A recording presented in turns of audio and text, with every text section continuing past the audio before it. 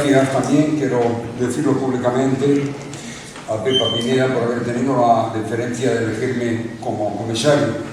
Yo había escrito sobre Ricardo, pero no es hasta ahora cuando de manera más profunda y exhaustiva uno se da cuenta de la relevancia y de la importancia que Ricardo tiene en la pintura, no digo sevillana, sino andaluza y nacional.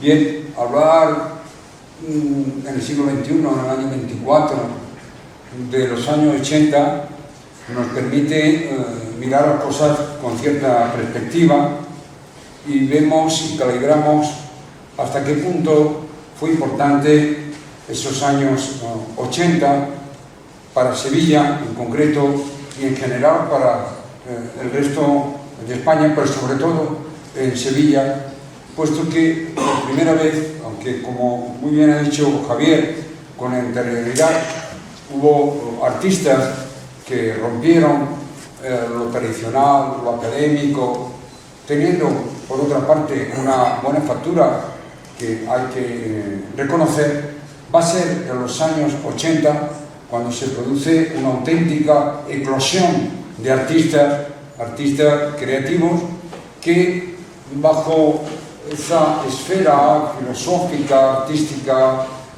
denominada posmodernidad, van a responder y lo van a hacer de una manera como antes no se había producido. Piensen que la posmodernidad es un fenómeno y un término bastante ambiguo, que si lo tomamos desde un punto de vista genealógico, no quiere decir más que con el prefijo post, después de la modernidad. Esto es interesante, porque la modernidad hay que asociarla a las vanguardias históricas, no al arte contemporáneo, no al arte de hoy. O sea, la idea esencial de las vanguardias de romper, de innovar de una manera lineal a partir de los años finales de los 70, aunque el término postmoderno deviene de la arquitectura en un lenguaje ecléctico que va a ser una de las señas de identidad clarísima de la pintura de los años 80, va a ser asumida por toda una generación de artistas que verdaderamente con su obra van a romper esquemas, que son las aportaciones. Bueno, no voy a hacer de manera individual, y menos una clase que me libre, pero sí puntualizar dos elementos que para mí son muy importantes. Uno, como tantas veces se ha dicho, y es verdad, es la recuperación de la figuración. Una figuración que va a tener muchos registros, generalmente en clave neoexpresionista, pero dentro de ese neoexpresionismo también va a tener muchas voces, muchos lenguajes que cada uno va a asumir. Por otro lado, una conciencia de libertad suprema. Hay una exposición que se organizó en el Centro de Arte en el Museo Antiguo de Arte Contemporáneo, se llamaba Hacen lo que quieren. Esa exposición, junto con la Ciudad invadida, marca un periodo de una fertilidad verdaderamente grande. Hacen lo que quieren, evidentemente, puesto que no van a admitir cánones, no van a admitir, diríamos, dogmas, sino que van a coger, a sustraer de los elementos, va a ser el eclecticismo. Un eclecticismo que en pintura va a ser una unión, una simbiosis, sin ningún tipo de cargo de conciencia entre figuración y abstracción, entre apropiación, entre citas de la historia del arte. Y a partir de ahí van a realizar un discurso, van a realizar un relato, una iconografía de la cual se van a identificar. Esta expresión no voy a nombrar la cantidad de artistas porque se me puede olvidar. Algunos, como bien ha dicho Javier, están aquí presentes, ¿no? Y han sido protagonistas, como también fue protagonista Fernando con su galería Cabecane. Es verdad que no se creó en los años 80, pero las cosas no tienen un límite. El Renacimiento no empezó un día de 1400, sino existía antes, ni acabó tampoco en 600. Hay un antes y un después y va a preparar. Aquí digo, cabe que los años 80 van a preparar una plataforma muy importante para Sevilla. Sevilla va a ocupar un centro, va a ser un elemento de mirada nacional e internacional como antes no había existido. Habían existido, existen y existirán pintores individuales, algunos con un reconocimiento, otros no, pero ahí está la labor de la historia, del historiador, de muchos artistas que no han tenido su compensación, como era el caso del Carro, y luego lo van a tener, y otros han caído en el olvido. Podíamos hacer una nómina, les podía citar ¿de dónde están? ¿Qué han hecho? Mise.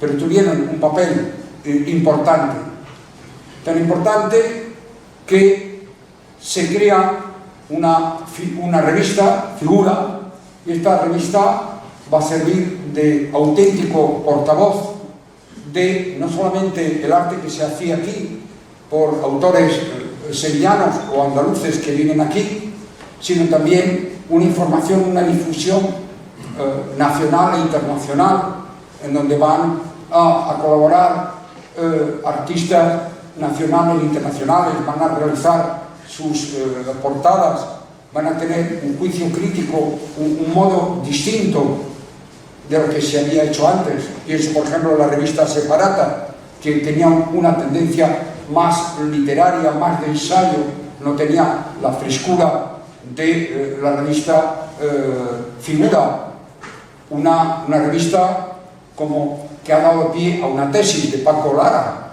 con lo cual en esta creatividad vemos que en la época de los años 80 se van a abrir una política de exposiciones como antes no ha habido, tanto por parte de instituciones, el Centro de Arte Contemporáneo, las cajas de ahorro, piensen el Colegio de Arquitectos, algo que hoy está totalmente, diríamos, inerte, olvidado. La temperatura actual del arte en Sevilla, digamos que está en una fase baja. Por otro lado, estos elementos pendulares ocurren a lo largo de la historia. La revista Figura tuvo solamente 7 números, no podía prolongarse más. Todos tienen una cosa, un principio y un final, pero lo importante es la huella, una huella muy importante.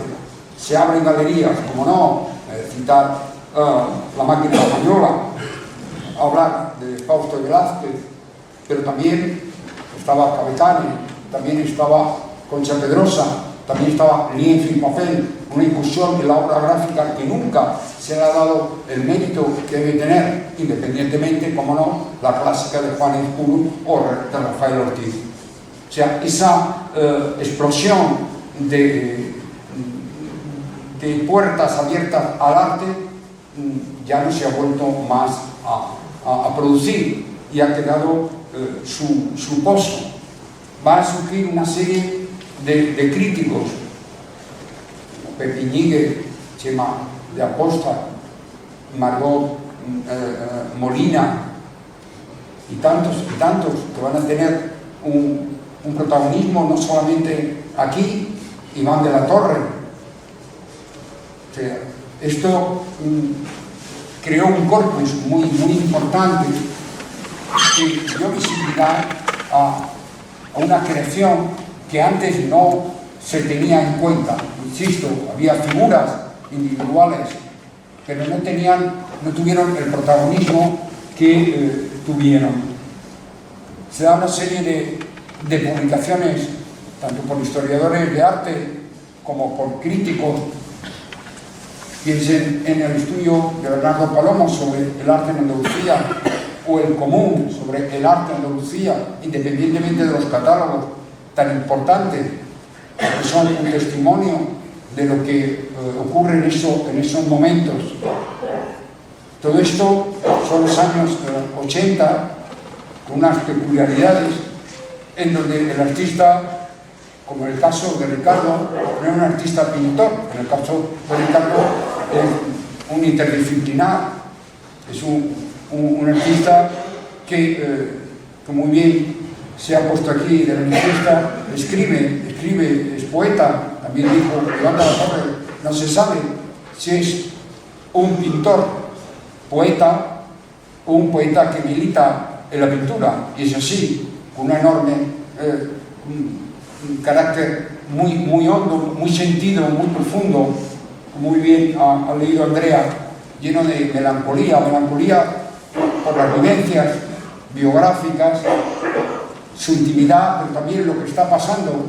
Es un artista que es consciente en el tiempo en que vive, un artista de una enorme creatividad, en donde no hay elementos estancos, que lo mismo hace algo que, como dije en la presentación, no he rastreado a ningún artista andaluz, sobre todo de la posguerra, que haga ready-made tan cercanos al dadaísmo, o el único artista que se ha acercado al surrealismo, como es Manolo Cuervo, con los cadáveres exquisitos.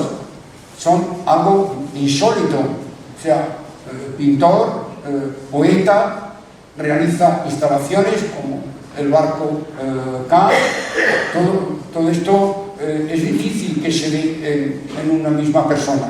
Por otro lado, repito, que el artista hoy es pintor, mañana realiza eso que se llama escultura, porque hoy es un elemento que se pone en cuestión, es el objeto que lleva muchas transformaciones, son miradas distintas, muchas veces difíciles de entender, porque la obra buena no es tanto la ejecución, sino la percepción personal que tenemos a la hora de acercarnos.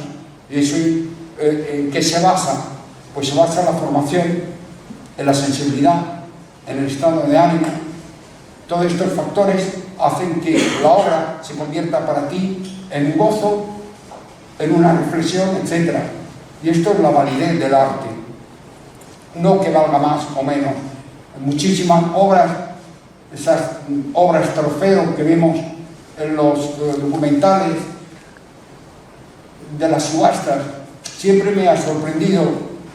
¿Por qué aplauden cuando se ha llegado a una cifra absurda?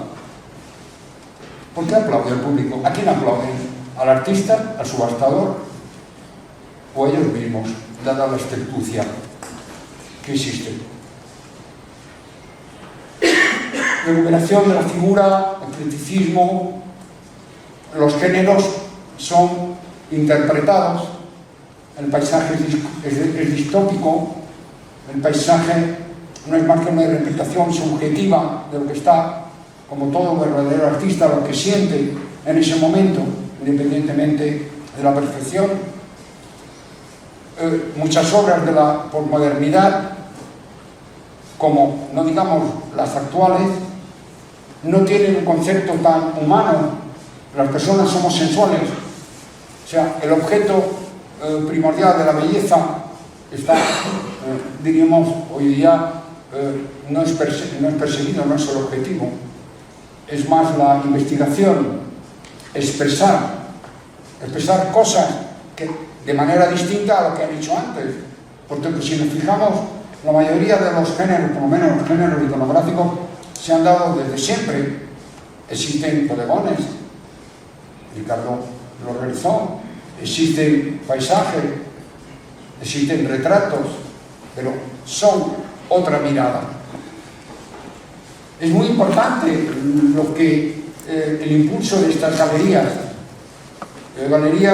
que apostaron por figuras que todavía no están consagradas. Es muy fácil admitir dentro de los artistas en una galería cuando ya están consagrados.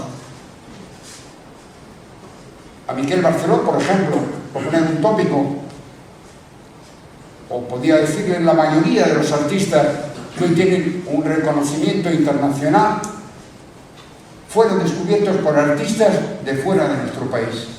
Y una vez teniendo el reconocimiento fuera, las grandes galerías los asumieron. Les puedo dar la lista.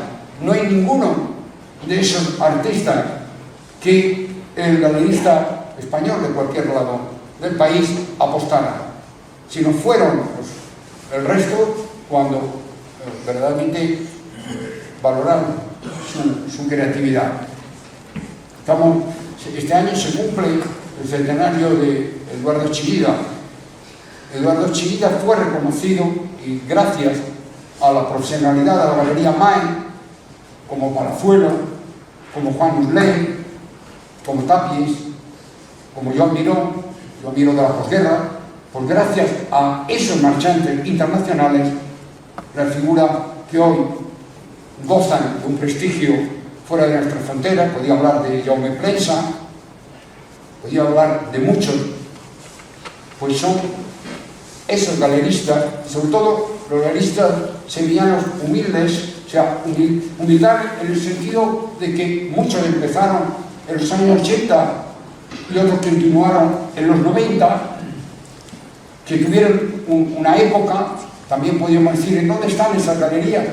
Han perdurado muy poco, porque es muy difícil mantener una galería, como es difícil vivir de la pintura. La mayoría tienen trabajos paralelos. Por otro lado, también hay que decir que se inició un moderado coleccionismo que, dada la creatividad del artista andaluz y sevillano, no responde a la realidad. ¿En dónde están los coleccionistas de arte de hoy? Pensemos que hubo dos exposiciones, una realizada por la Caja de Ahorros San Fernando y otra, si mal no recuerdo, no fueron las dos que se habló del coleccionismo contemporáneo. Últimamente ha habido una exposición también por la misma entidad bancaria en su sede. Ponía la colección de artistas contemporáneos sevillanos. Cuando le pregunté a Chema Cobo, digo, ¿que esos coleccionistas son sevillanos? Dice, ninguno. Con lo cual hay algo que reflexionar. Por lo tanto, bueno, los años 80 son una referencia inexcusable para cualquier historiador y que ha dado sus frutos.